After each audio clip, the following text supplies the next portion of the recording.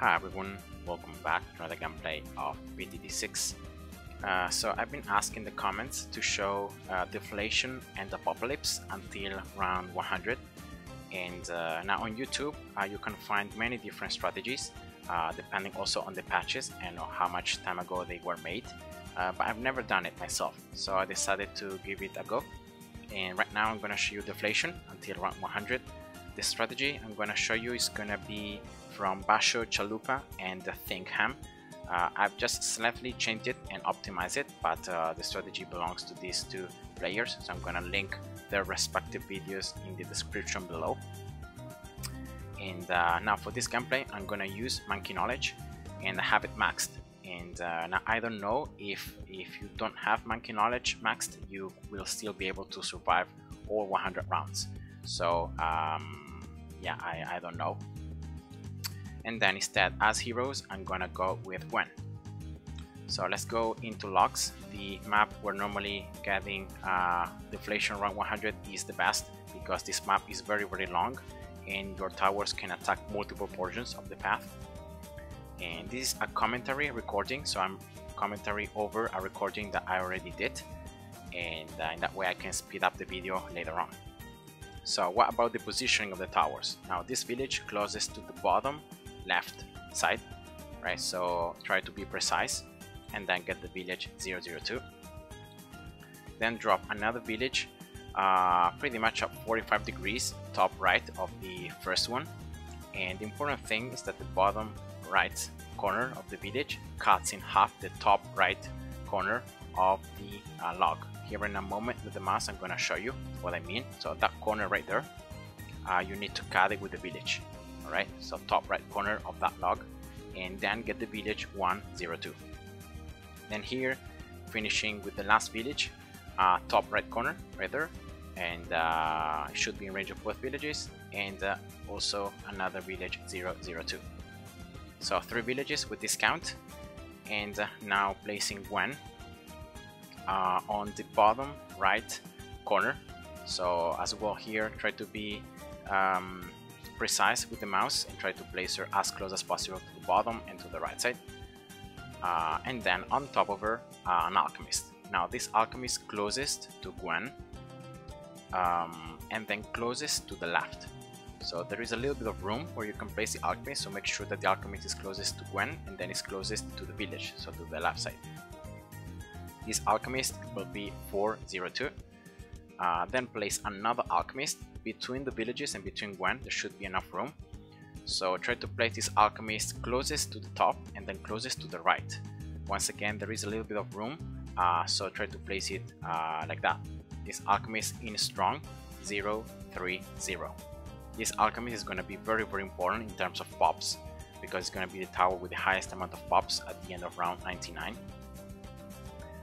Here, ice tower in the center of that log, in range of all 3 villages, so you need to see the triple discount. And then just place it, and then get a druid and try to place the druid closest to the top and to the right side, so as close as you can to the top and then to the ice tower. And that is going to be very important, because in this way the alchemist will buff the druid and not will buff the ice towers. So 302 druid and then 012 ice tower. Now here a glue gunner closest to the left is going to be in range of only 2 villages, but that's enough. And now you can see that you can place the glue gunner closest to the bottom side, but then move it slightly closer to the top side, 013 in strong, and so that the top range of the glue gunner just covers roughly the top right corner in that part of the background. See there? And then finally the free that monkey, bottom right, bottom left corner right there, in range of both villages, is the free that monkey. So you're not gonna spend any cash in placing it, but then in upgrading it you're gonna be able to save up some cash. 031 that monkey. Then sell this bottom village. Now get another ice tower closest to the other one, so closest to the left, and then try to move it so that it's barely in range of both villages. So when you see the double discount, that means that you have placed the ice tower in the correct spot. and yeah, just like that. 0, 1, 2 as well as the other one. And now finally, this is the hard part, because you can sell a village, and then if you're patient, if you are careful enough, you can drop another village right there. But it's very hard as a position. Now in this case, I was able to find a spot pretty fast, so I decided to just try to keep on placing the village, and in that way I was able to save up some cash, because the other village, remember, has discount. Now if you can't do that because it's just too hard to find a spot, you can perfectly fine sell both villages and then get this village 2-0. It's fine. You're gonna just lose a little bit more of cash, but you can still do it. So now getting this village, because it's discounted, 2-1-0, and now finally selling the last village, getting this village 2-0, and you can see that I have 500 cash spare. And so I used some cash to get that monkey 032, and that's it. Now in the case that you sell both villages right away and then you get the village 2-0, you're not gonna be able to get the top that monkey 032. You're only gonna have it 031, but that's fine. So only 2 towers in strong are the glue gunner and the 030 alchemist. All other towers are in first, and that's it. So let's go. Now here is when I'm gonna just start speeding up the video, because it's just you know, the gameplay in the rounds. There is nothing to worry about. Now I've seen some strategies also getting the village with camo detection in round 38, but I don't really see the reason why do that, because I mean, it's just better to be able to pop as many balloons as possible, right? So I don't know why there are some strategies without getting the village with camo detection. And yeah, you can see the alchemist buffing Gwen, buffing the glue gunner, and then buffing the druid. And that's why it's important placing the ice towers as I showed you, because in that way the alchemist will buff the druid and not the ice towers. So it's just better, because the druid is going to do more damage in this way. Still, the top left dark monkey, you can see that it's in range of the alchemist, so sometimes it's going to receive the Mexodip. And also the ice towers are in range of the alchemist. Now here I'm just showing that with the remaining cash left, you can place on a sniper if you want to, or you know, like another dark monkey, but it's not needed. So yeah, that's why I'm just saving up the cash.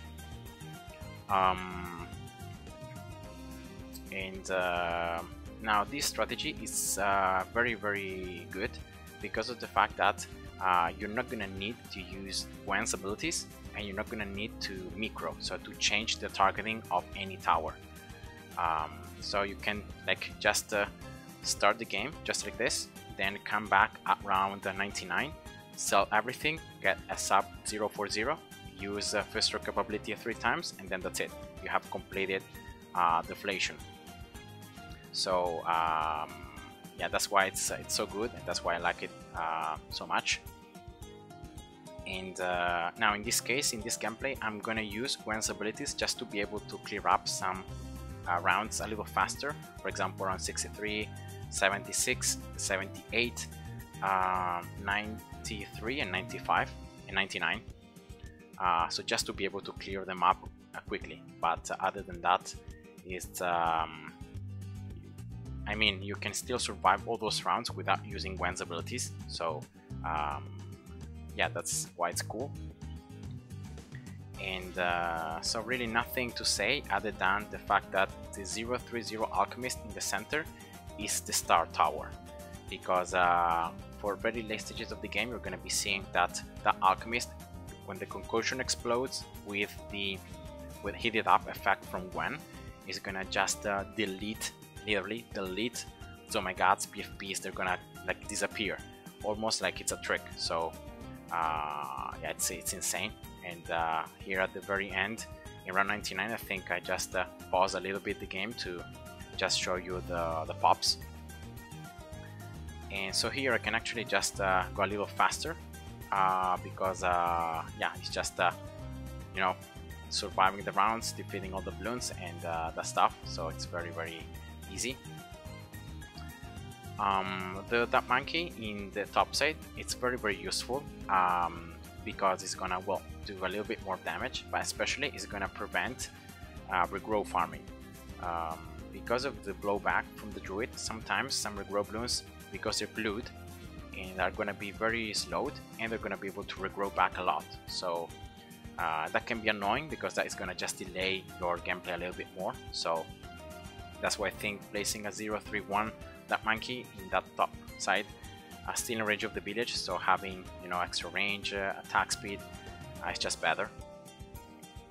And in this case, because I was able to find the perfect spot for the village before selling the other one, I have that monkey 0-3-2. And yeah, here the only thing that is changing is the fact that Gwen is leveling up, so she's getting stronger. She got level 10 right here, round 57. And yeah, you can see heated up proc affecting all towers other than the top that monkey. And when heated up proc, remember the towers can pop lab balloons. They are going to do fire over damage over time effect, like a fire. And when Gwen is level, like I think 16 or 17, I don't remember, heated up is also gonna make all affected monkeys pop one extra layer. So in this case, I completed the 60 rounds. So here I'm just going into free play until round 100. And that's it. So it's very easy. You can literally start, then you can go for a walk. You can go do anything else. You can just leave the towers do their job, defeating the rounds, and then you just need to come back for round 99 to buy the 040 sub or the BD, and that's pretty much it. So I used just once Gwen's ability in round 63. I think I forgot to use it for the first rush, but it's really not needed. It's just so that I can defeat the rounds a little faster.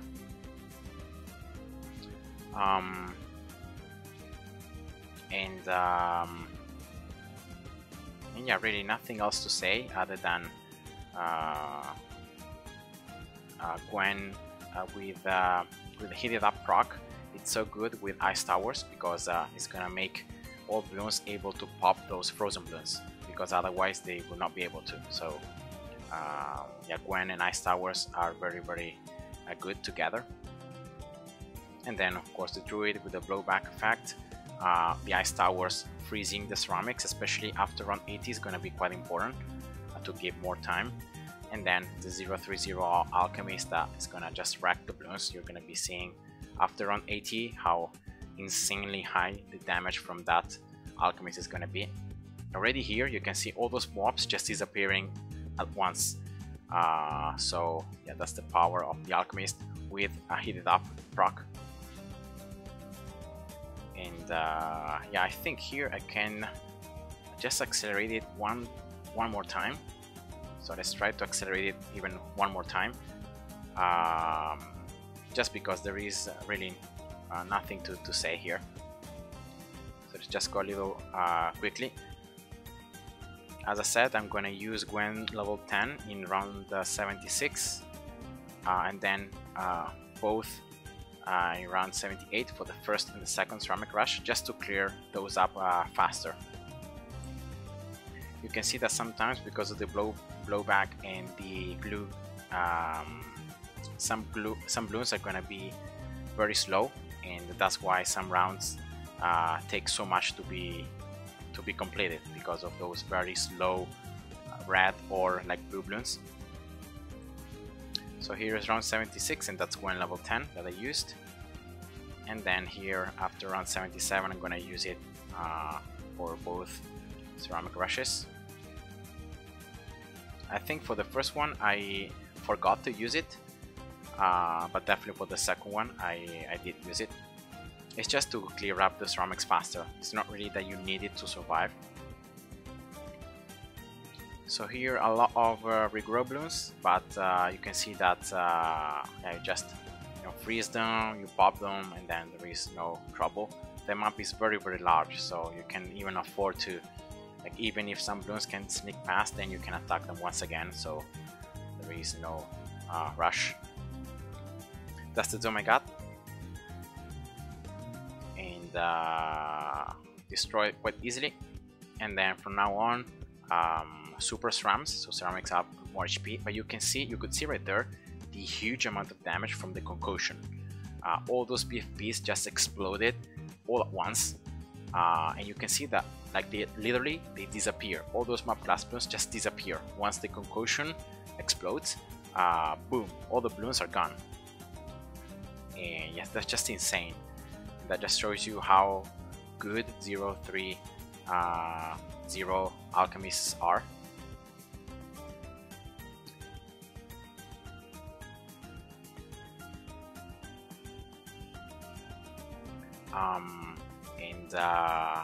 In this case, I would like to get the Alchemist 032 to be able to apply the concussion faster, but yeah, it's fine even without it, even just leaving it 030 and not 032. And here, just the last couple of rounds here, 4 BFBs, and look here at the BFBs once the concussion procs.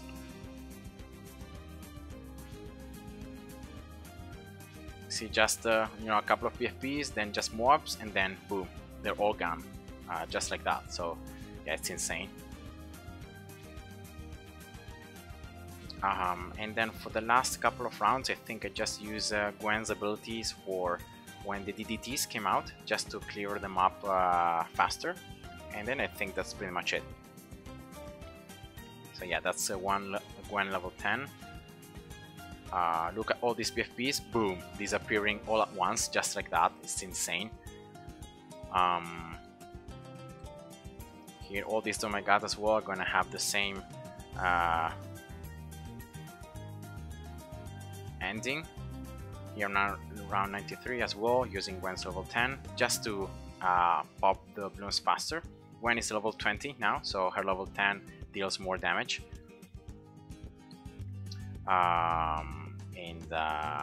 Now I'm using all these abilities, but they're not needed, so you can perfectly survive even if you don't use Gwen's level 10.